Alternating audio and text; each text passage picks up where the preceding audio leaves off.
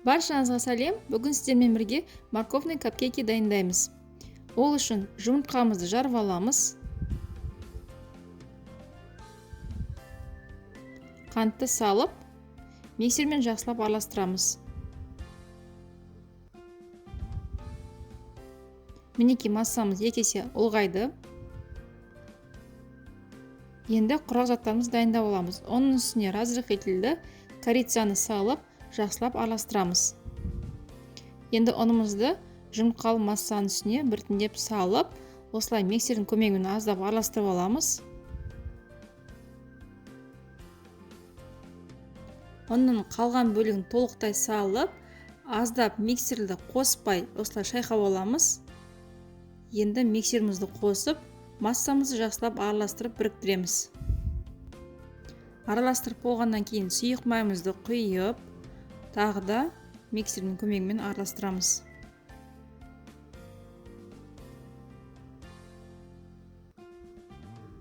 Араластырып болғаннан кейін үгітілген жаңғақты және алдын ала үкіштен өткізілген сәбізді саламыз. Енді осының барлығын лопатканың көмегімен жақсылап араластырамыз.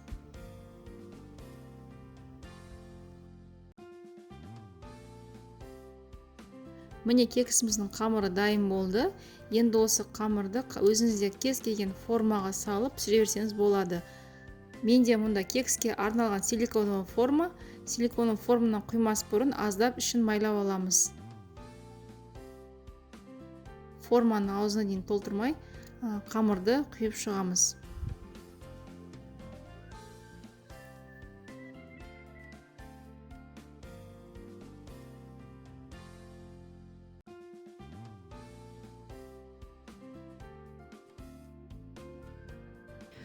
Қамырды формаларын бәріне салып болғаннан кейін қызып тұрған пеште 180 градуста 30-40 минуттай пісіріп аласыздар. Міне менің кексім дайын. Кремді кекстің бетіне жақпас бұрын алдын ала суытуды ұмытпаңыздар. Суығаннан кейін кез келген насадканың көмегімен дәл осылай кекстің бетіне жағып шығамыз. Бұл кекс басқа кекстерге қарағанда дәмі өте жұмсақ, нәзік, ерекше болып келеді. Сіздерге де дайындап көруге кеңес беремін. Отбасы мүшесінің барлық мүшесіне бірдей ұнайды деген сенімдемін. Өйткені менің кішкентай балаларыма дейін осы кексті ұнатып жейді. Кекске қолданып жатқан кремнің жасалу жолын видеосы менің каналымда бар. Міндетті түрде описанияда ссылкасын қалдырып кетемін. Егер де сіздерге менің видеом ұнаған болса, лайк басуды ұмытпаңыздар. Кездескенше астарыңыз дәмді болсын.